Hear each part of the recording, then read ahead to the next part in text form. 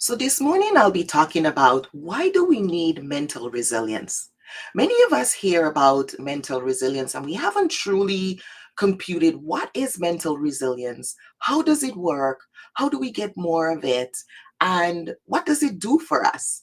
So, I want to share a few pieces with you. I'm teaching a webinar this morning for 150 employees on mental resilience. And I wanted to leave a little tidbit here.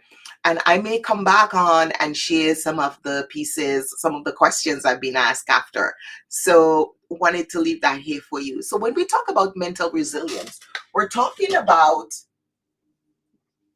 mental, right? So that has to do with the brain, right? It has to do with our mind. And sometimes we confuse the brain and the mind, but the mind is separate, part of and separate, right? And the ability for us to understand what mental resilience is. And when we see mental, we have the opportunity to start thinking, okay, this has something to do with my mind, this has something to do. So how do we feed our mind? It's the things you put into your mind that will develop your mind. But there are three elements that we must consider for healthy mental resilience. The first one we're going to look at is, what is mental resilience? Like, what is it really? We're going to see that mental resilience is the ability for us to get the support for our mental health. It enhances our relationships. And of course, it helps us to promote better stress responses. So I actually came up with three superpowers that we need for mental resilience. And they are emotional regulation, is the first one. The second one is the resilient relationships.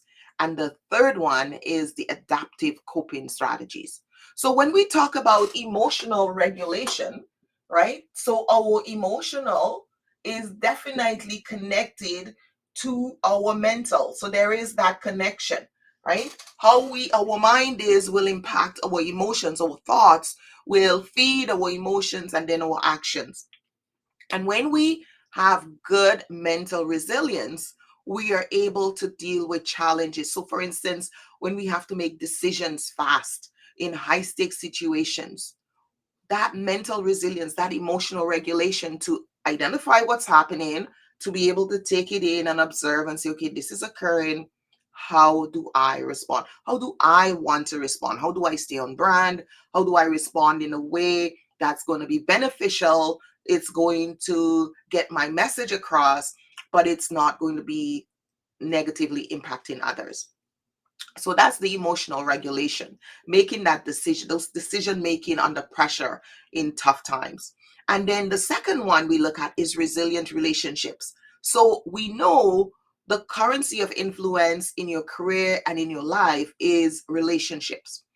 And when we have resilient relationships, these are the types of relationships that stay when things go bad. So relationships are the second one, right? So first we have our mental, which is number one, then our emotional regulation, and then we have the relationships. That's the next piece here. If those relationships are resilient, they will see us through the troubled times.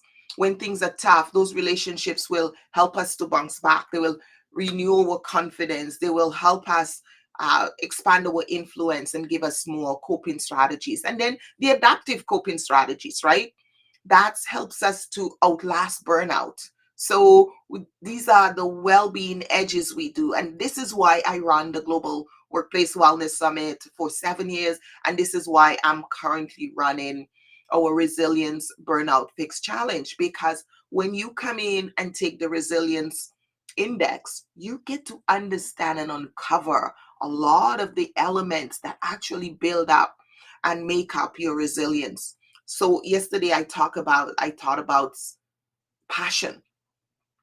It's amazing how this one element has so much to do with our resilience and our ability to be resilient in our work and in our life. And being able to have that resilience mindset makes a huge difference in everything we do. And the sun is shining on my board, so my writing is not, you're not seeing part of it because of the sunshine from the window. But this is, if you're looking to bolster your mental resilience, you want to have more emotional regulation, you want to cultivate more resilient relationships and friendships and families and extended even in your career, then you need to look at developing your mental resilience. And if you want those coping strategies that's going to help you to deal with life and have those long-term well-being plans in place, then that's definitely going to require a good dose of mental resilience. And we need to build that and continuously help it to grow. This is Joyce Edison here. Thank you for tuning in and getting more tips for burnout as we focus more on the burnout fix for professionals. I want you to have all the tools you need so you can be successful. In the link here, you're going to find the the conversation that we're talking about, but I also want to add the resilience um, challenge, the resilience challenge. So I've added a link for the resilience challenge here below this recording that you can access if you want. The challenge is free. It's an opportunity for you to see how resilient you are, measure your resilience level, connect it to your wellness, and get a clear plan on how you're going to improve those areas where you are not doing as well and not as resilient. Joyce Edison here. To get more, you can check out my blog on joyceedison.com and learn more with us. Connect with me on LinkedIn, Facebook, wherever I am, and let's talk more and put more energy into building resilience because it's such a vital element of life.